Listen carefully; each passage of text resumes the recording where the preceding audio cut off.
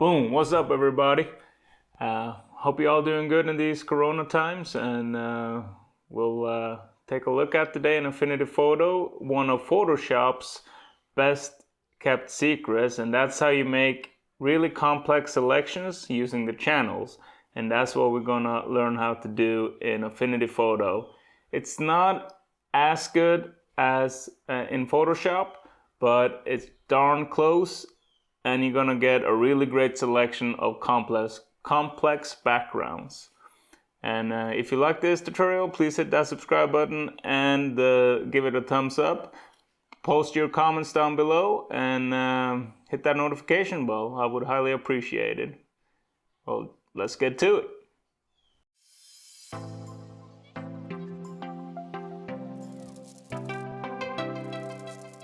Okay, so here we are back inside Affinity Photo. The first thing we're gonna do to mask out the sky here is we're gonna duplicate this background layer, Command Control J. I'm gonna turn this one off.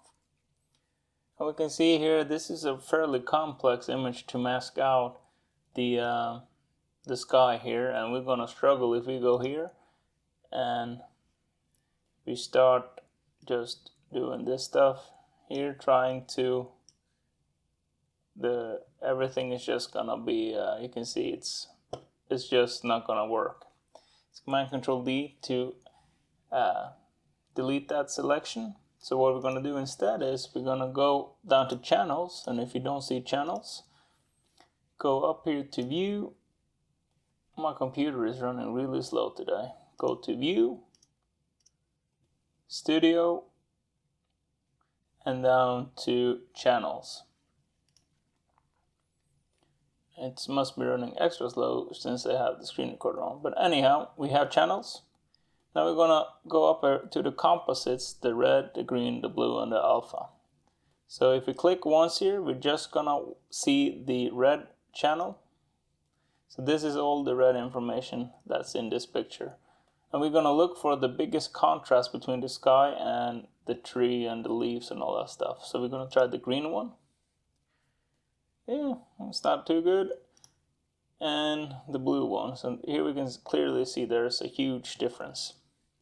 And that is great, but we're gonna have to make it even better. I'm gonna delete these two because you won't have them. So what I'm gonna do now here is we're gonna, under background blue, because that's the channel we have here, that is the highest contrast, we're gonna right click on it and create grayscale. And it's gonna take a minute or a second or so up there. And to get all our RGB channels back, we just hit this icon up here. I'm gonna turn this layer, the duplicate layer, off again. So now we're here in the gray layer. So what we need to do now, we need to make this even more contrasty. We're gonna go just down here. We're gonna go to brightness and contrast. And we're gonna raise up the contrast here, probably about some 60. And we're gonna take up a little bit of the brightness too here, but we don't wanna go too hard with it because it's gonna start fringing the edges. But this looks pretty decent. So we can clip that off. We're gonna drag it on top of the grayscale layer, but we're not done yet. We're gonna exaggerate it a little bit more. So we're gonna put on a levels layer here. So we can see if we take just a little gently to the right on the black, and then the white levels to the left here, but don't go too far because you can see it starts clipping the black information, the shadow information, and you need that to make a good. So this would be, looks to be a good remedy here. So now you just drag this levels layer on towards that gray level. Command Control 0 to zoom out again. I moved this whole picture here, but it's not a big deal. We're now gonna go to this gray layer. We're gonna right click on it and rasterize. The computer does its thing. Now we get a flattened image here. And this is what we're going to use to start making the selection. So we have this image. We're going to go back over here to the left, the tool side, and get the flood selection tool. And we're going to find us a nice little space in between here we're going to start masking from. And make sure you uncheck this contiguous. So you click and start dragging to the right. And now you're just going to have to look for the marching ants.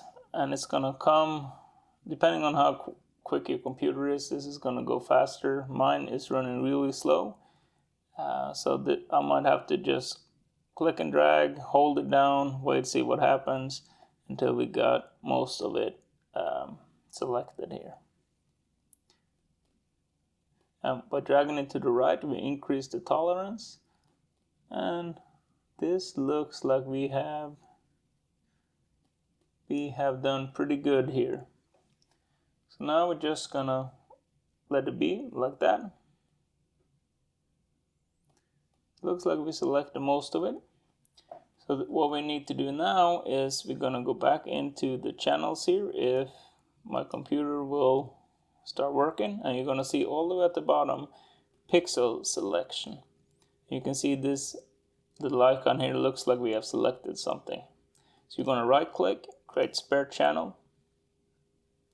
Spare channel, you're going to right click on spare channel and you're going to rename it to whatever you want. I'm going to call this sky selection and hit enter or press the OK. And now we're going to refine this a little bit more, so you can either stay on this or click the selection tool over here. You're going to hit refine, and you're going to get this new dialog box up, and it's going to turn everything red to begin with here. So while we wait, I'm probably just going to speed this up a little bit.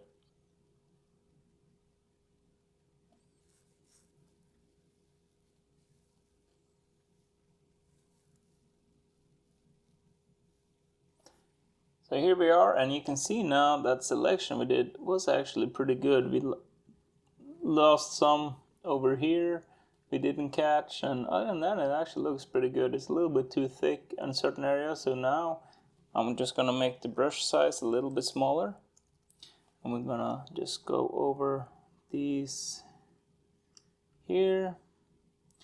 It's gonna take a minute again for it to Affinity Photo to do its magical thing.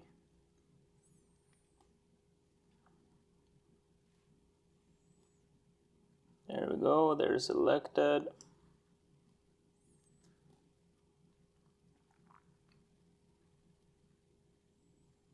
You have a few more we need to do, and then we're going to run over here, up here, and here.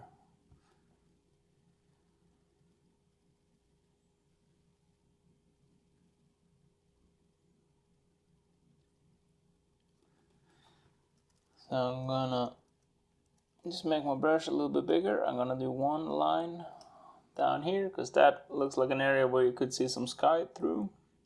Since I make it bigger, this is going to take a little bit longer because there's more information it needs to process.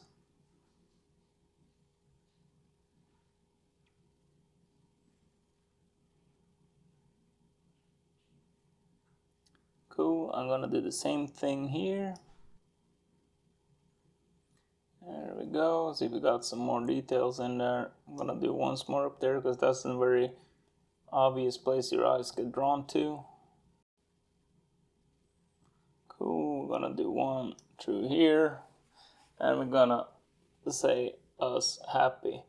But the more of this you do, the better the result is gonna be. I just can't wait on this computer any longer. So the more I do this, the more it's gonna work on this. And I recommend take the border width to 0. You need sharp clean edges here. And once this has run again, we're gonna hit have the selection, and we're gonna hit apply. And now selection on output and then apply. So we can see we have the marching ant still. We're gonna go back down here to pixel selection. We're gonna hit right click on it again, create spare channel. And now I can call this refine whenever it shows up. So spare channel, rename.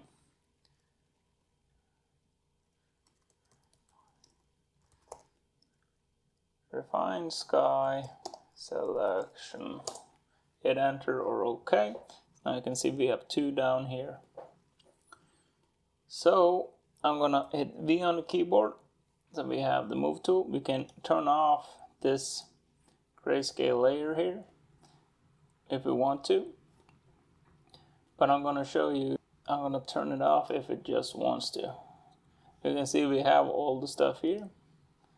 We're gonna now turn on that duplicate background layer we made. So if we just hit layer mask now, we're gonna remove the wrong thing because we wanna remove the sky, not the tree. Oh, see, I did it on the wrong side here. So make sure you have this background layer selected and hit the mask. There we go. So you can see we removed the tree and left the sky, and that's not what we want. And we can't just mark the mask and hit Command Control I and invert it. Everything's gonna disappear then.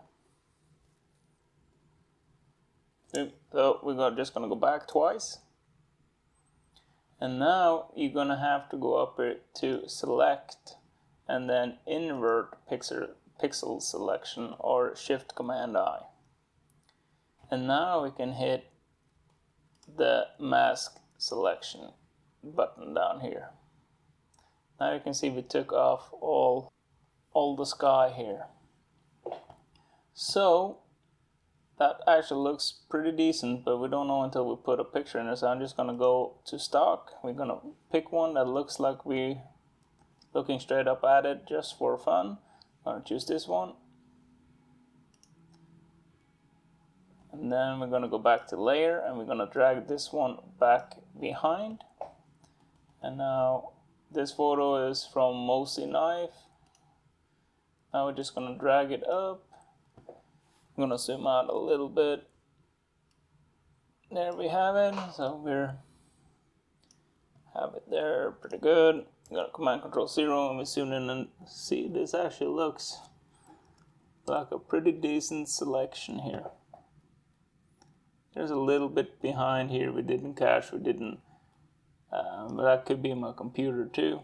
So Command Control 0, we zoomed out again. So we're just gonna put this one back. And then we're gonna make this blend in a little bit better. So you can see stuff happening without me doing it. That's because the computer is slow. So we're gonna just delete this layer and we're gonna take this background layer here. We're gonna just open up a curves layer here. We're gonna make it a little bit lighter in certain areas. But you see we can't really see anything yet because it's on top. So we're just gonna have to drag it into this setting. So now we are here. We can get this one back again, double click on it. That's okay, cool. So now we have made that a little bit. So if we mark this one and we go back down here and you wanted to refine it even more, you could take this sky selection, right click on it and load to pixel layer. And now you're gonna see all those. So now you can go back in here if you pick your selection tool, hit back into refine. I probably shouldn't have done that, but once this is done, I'm gonna click out of it and I'm gonna show you how you can use that mask now to your advantage to change some of the colors on the leaves on the tree. I'm gonna exit out of this again. Got a Command Control D to deselect if it wanna run. Cool. So I'm just gonna stretch the background here because I don't like this color. So I'm just gonna, there we go, that looks a lot better. Okay, And now we're gonna go here to this layer. We're gonna do the same thing again. Refine sky. Load to pixel selection. Load to pixel selection. We're gonna go to select, invert pixel selection. And now we can go up here, we can do an HSL, and now we should be able to change the colors of the leaves here on the tree if we needed to make it more. You can do whatever you wanted to it. Change it. You want to make it red, orangey. You can Command Control D to deselect. You could make it a little bit lighter. Don't want to do that. You can make it darker. A little bit, maybe a little bit of saturation in there.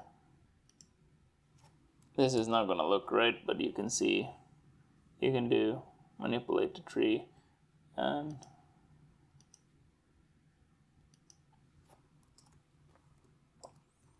that's how you can use the channels to get you great selection, and use the channels to manipulate the colors and backgrounds. I hope you liked this tutorial, and I'm sorry it was so long, but that's what happens when Apple overpromises and underdelivers. Thank you all. See you next time.